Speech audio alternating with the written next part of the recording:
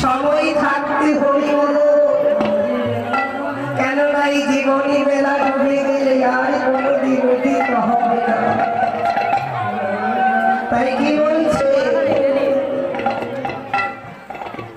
হরিদিন তো গেল